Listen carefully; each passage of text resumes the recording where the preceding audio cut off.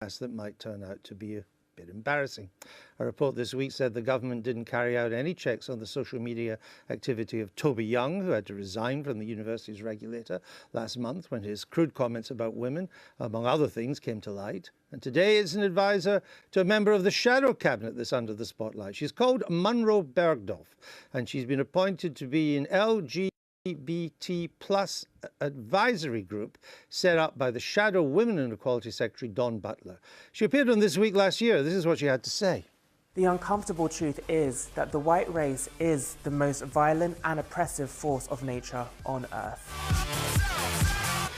My worry is that whatever governments do to tinker with institutional racism, it is so ingrained in the fabric of British society that it is too late to do anything about it.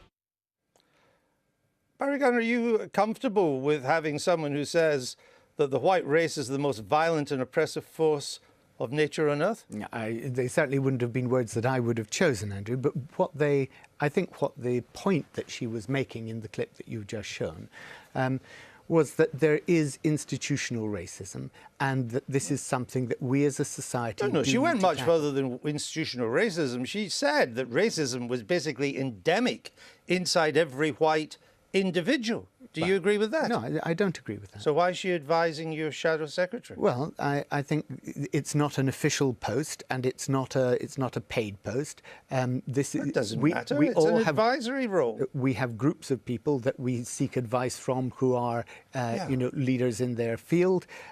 This is somebody who is an LGBT activist and as such advises on inequality in an informal So you listen capacity. to any sort of views at all if they're an activist? Well, what one I think has to do is one has to listen to a whole range of views. You don't necessarily agree with all of them, but what you do have to do, I think, if you're taking these issues seriously, is to understand why people express themselves in the way that they do. And that, in this case, I would certainly, if I had somebody saying those things to me in that role, I would be saying, well, look, what is it that you're getting at here? All right. What is it about What is it she's getting at then when she says that suffragettes were white supremacists? Well, I don't know because I haven't interrogated her about it. But certainly what I would say is that there is a clear question about the way in which racism is structural in our society, and I think that's the point that she appears to be trying to make. I mean, I've had the privilege not in a of way that I would her. do. Oh, well, there you are. You may know better than I. But is it wise to listen to someone who is a product of middle-class privilege herself, to say that you can be homeless and still have white privilege?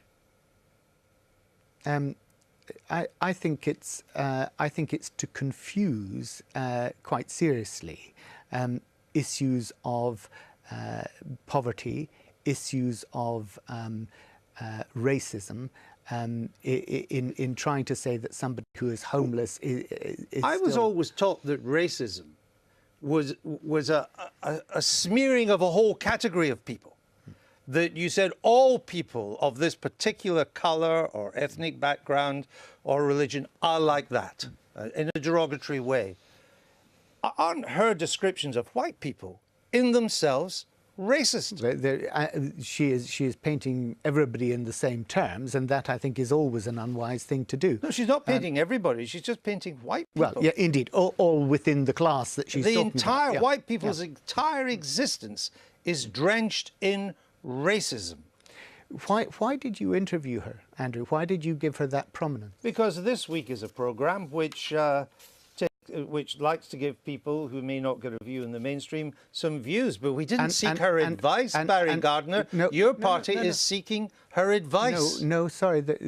My party has said that there are a range of, and it's not my party, my colleague has got a group of people who she has asked their views from. To give it, I've been asked to be part of an advisory board for the Labour Party to advise the Shadow Secretary of State for Women and Equalities, Dawn Butler. These are Munro Bergdorf's own words. She believes that being asked by Dawn Butler, she is advising through this advisory board through Don Butler, your party. Are you comfortable with that? The question is not what advice people give you. The question is what advice you take.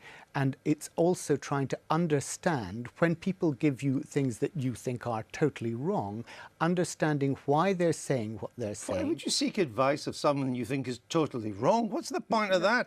Surely you seek advice from people you think will have something to add to your policy formulation. In exactly the same way as you interviewed her in order to give an airing to the issues, it's important that people are able to express those issues and you're able to deal with the Should she continue to advise Don Butler? Well, that's a matter for Dawn because it's a private situation. You don't it's sound not very the comfortable Labour with Party. it. It's a matter for Dawn because it's not a Labour Party body that she is advising.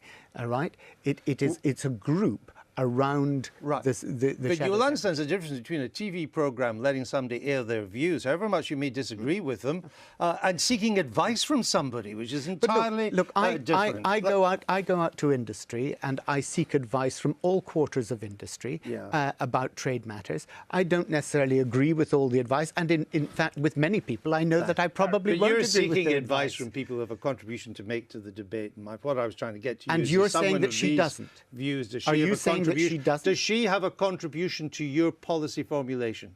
Are you saying she doesn't? No. I asked the questions. Does she have a legitimate contribution to your policy formulation? I think if she's raising issues about the structural racism in Well, we've society, been around they that. are serious issues. She thinks that we it's need more to than address. structural. She thinks it's endemic. She thinks it's in all of us. Well, there I would disagree.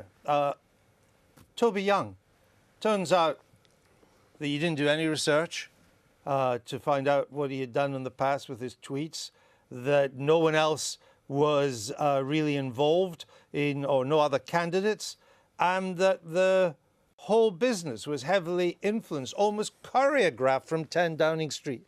It's no way to make a public appointment, is it? I'm not sure where you get quite all that information from, but From a new report that's come out. You've not read that either. But from Toby Young, when he was asked to be one of a number of people on a panel advising the Office of Students, he has subsequently resigned.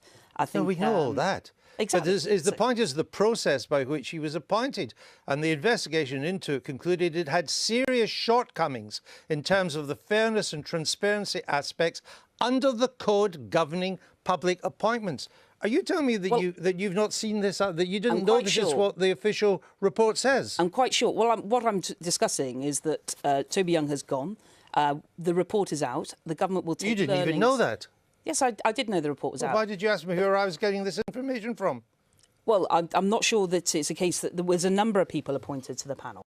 But nevertheless, the government will take some learnings from that. All right. I think the challenge, to some extent, though, thinking of Munro, is it was quite public that she had been asked to... all right, I'm sorry, Barry Gardner's not... We don't have time for him to comment on Toby Young, so you don't get to comment on...